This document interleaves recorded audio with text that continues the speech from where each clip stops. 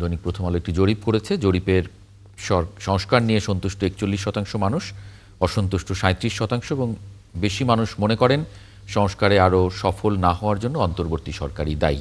এটা শিরোনাম। এটা নিয়ে একটু কথা বলবো। অধ্যাপক মেজবাউল আজম সওদাগর, রাজনৈতিক বিশ্লেষক, আপনাকে স্বাগত জানাচ্ছি একাত্তর জার্নালে। এই যে জরিপটা নিশ্চয়ই আপনি খুব নিবিড়ভাবে দেখেছেন। জরিপে বলা হচ্ছে যে সংস্কারে আরও সফল না হওয়ার জন্য অন্তর্বর্তী সরকার দায়ী। আপনি আসলে এই জরিপের যে ফলাফলগুলো এসেছে সেগুলোকে কিভাবে বিশ্লেষণ করেন রাজনৈতিকভাবে? জি, ধন্যবাদ আপনাকে।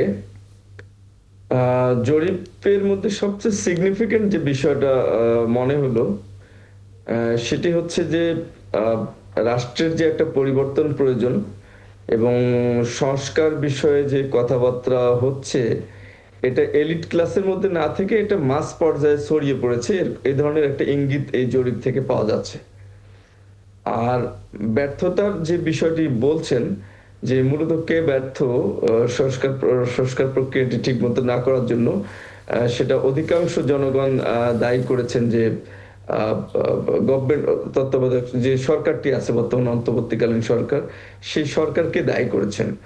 তো সেটিও এই দায়ী করার পেছনে জনগণের একটা সাদামাটা মানসিকতা এখানে যে ফুটে উঠেছে, সেটা হচ্ছে যে এই গভর্নমেন্টটি অনেক তার লেজিটিমেসি থাকার পরেও গভর্নমেন্টটি কম্পারেটিভলি একটি দুর্বল গভর্নমেন্ট হিসাবে মানুষের কাছে প্রতীয়মান হয়েছে এবং অনেক কাজ, বিশেষ করে সংস্কারের যে ব্যাপারটা, সাধারণ মানুষ আসলে দেখতে চায় যে দ্রুত কোন কাজটা হচ্ছে, কাগজে কলমে পড়ে আছে এই ধরনের বিষয়টার জনগণের কাছে খুব একটা কোনো গুরুত্ব নাই। তো সাধারণভাবে মানুষ মনে করছে যে দীর্ঘদিনের যে ভোগান্তিটা ছিল গত 17 বছর, বিশেষ করে পুলিশ এবং প্রশাসন ব্যবস্থা, এই জায়গাটাতে খুব বড় ধরনের একটা পরিবর্তন জনগণ লক্ষ্য করেনি। তো সেই প্রেক্ষাপট থেকেই আমার ধারণা জনগণ বলছে যে সংস্কার কাজটি গভর্নমেন্ট করতে পারছে না এবং এটা পুলিশ এবং প্রশাসন ব্যবস্থার যে সেই পূর্ববর্তী অবস্থার যে জনগণ দেখতে পাচ্ছে সেখান থেকে উদ্ভূত হয়েছে তাদের এই মতামত। তো জনগণের এটা হচ্ছে একটা স্বতঃস্ফূর্ত একটা মন মানসিকতা এই জরিপের মধ্যে ফুটে উঠেছে। যেমন ধরেন আপনি পুলিশ অনেকটা একবারে ডিস্ট্রাকশন হয়েছে পুলিশে একটা জুলাই বিপ্লবের মধ্য দিয়ে। এই ডিস্ট্রাকশনের পর পুলিশকে খুব যত দ্রুত গতিতে গভর্নমেন্টের এটা রিফর্ম করা দরকার ছিল, সেই কাজটি কিন্তু গভর্নমেন্ট সঠিকভাবে করতে পারেনি। কারণ পুলিশটা সংস্কার করার জন্য তো আপনার সংবিধান সংশোধন অথবা আপনার ঐক্যমত্য কমিশনে বড় ধরনের কোনো ঐক্যমত বা ইত্যাদি ইত্যাদি কোনো জটিল বিষয় এখানে নিহিত ছিল না।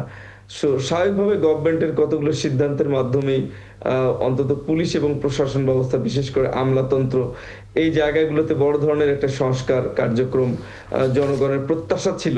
এই জরিপ থেকে সেটা মনে হচ্ছে এবং এই দুটো জায়গা থেকে আমার কাছে মনে হয়েছে যে জনগণ এরকম ধারণা করছে যে সরকার সংস্কার করতে পারলো না এবং সেই কারণেই আমার ধারণা তারা সরকারকেই দায়ী করছে যে সরকার এই ক্ষেত্রে ব্যর্থ হয়েছে।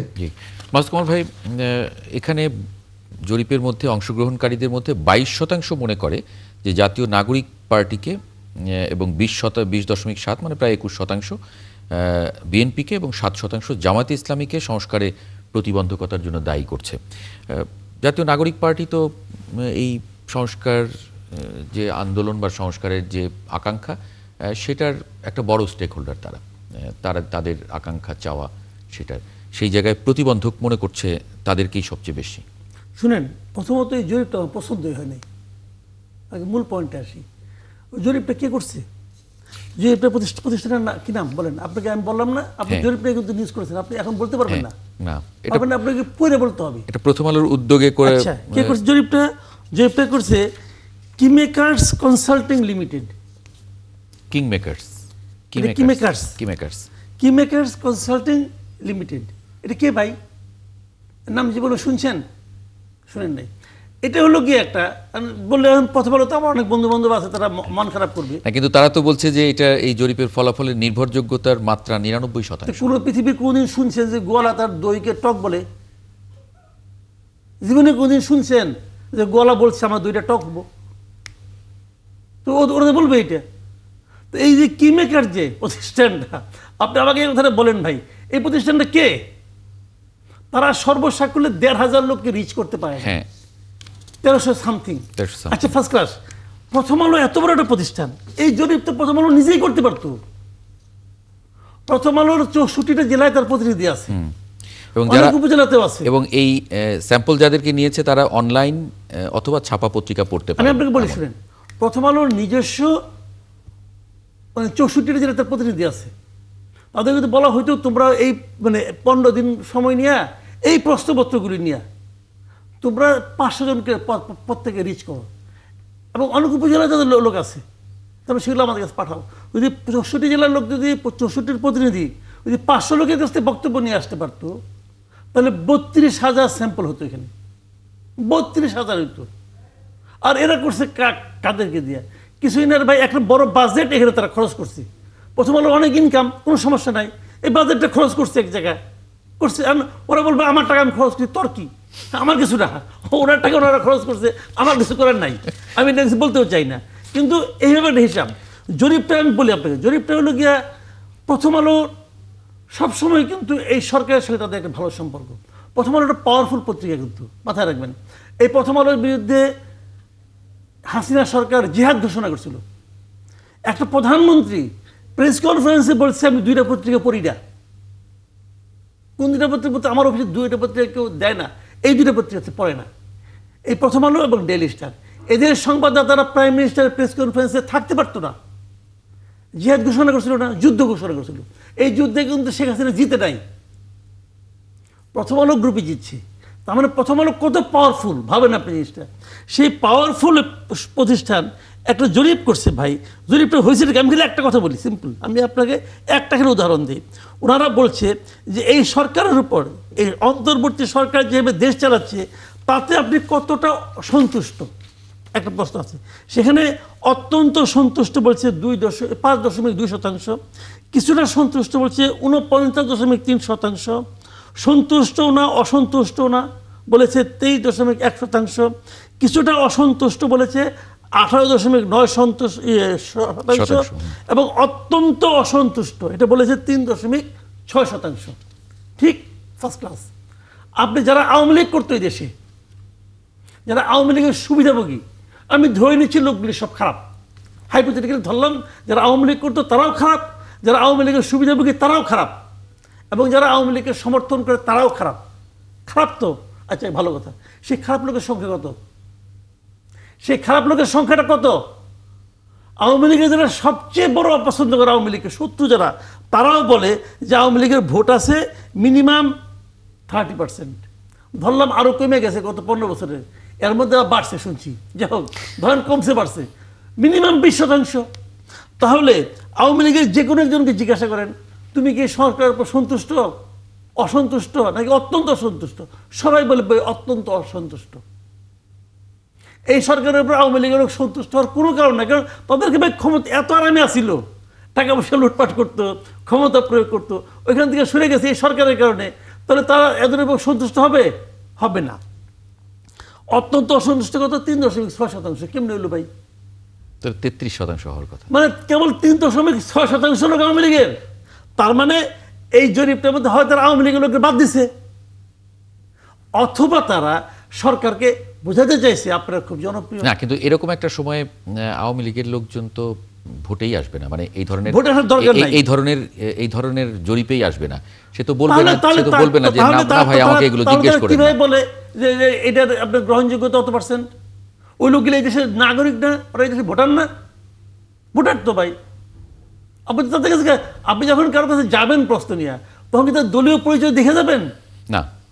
তাহলে হলো না কিছু। এত বড় প্রতিষ্ঠান প্রথম আলোর কাছ থেকে আমি এরকম একটা মানে আপনার মানে জোরাতালি মার্কার জরিপ আমি আশা করি নাই। এই জরিপ ভাই আমার কাছে মনে হচ্ছে জোরাতালি মার্কার জরিপ, এবং ওনারা কিন্তু ব্যাপক প্রচার করতেছেন, ব্যাপক প্রচার করতেছেন। ওনাদের প্রথম আলোতে আপনি অনলাইনে যান, যে ক্লিক করে দেখবেন এটা তাদের 7-8টা নিউজ আছে। আবার যারা মন্তব্য করছে তারা আবার তাদেরই লোক, হ্যাঁ তাদেরই লোক আবার বিশ্লেষণ করতেছে। বিশ্লেষণ আমাদের করাক না, ওটা তারা ধারণ করতে পারবে। আমি করে যে বিশ্লেষণ, না, আপনি বিশ্লেষণ করেই দিলেন। এটা ধারণ করতে পারবে? হ্যাঁ এটা কইয়া লাভ নাই রে ভাই। জি, একটা মন্তব্য নেই। অধ্যাপক সওদাগর, একটা মন্তব্য নেব আপনার। মাসুদ কামাল ভাই জি। যেভাবে ব্যাখ্যা করলেন। জি, আসলে এই ধরনের এটা একটা কোয়ান্টিটেটিভ একটা সার্ভে করা হয়েছে। তো সার্ভের যে মেথোডোলজি মূলত আমার সহ আলোচক ওই বিষয়টা নিয়ে কথা বললেন। আসলে যে কোনো সার্ভের আপনার মেথোডোলজি নিয়ে যে কোনো সার্ভের মেথোডোলজি নিয়ে এভাবে সমালোচনা করা যেতে পারে, কথা বলা যেতে পারে, এটি ভ্যালিড। এবং এটিকে প্রমাণ করার জন্য তাদের যে সংস্থাটি জরিপ করেছে তাদের ব্যাখ্যা বিশ্লেষণ প্রয়োজন রয়েছে। এবং তাদের ব্যাখ্যা বিশ্লেষণ ছাড়া আপনি যে যেমন তারা বলেছে যে আমরা এটা র্যান্ডম স্যাম্পলিং এর মাধ্যমে এই সার্ভেটা করেছি। এখন আমি বলতে পারি যে না, এটা র্যান্ডম স্যাম্পলিং এর মাধ্যমে করা হয়নি।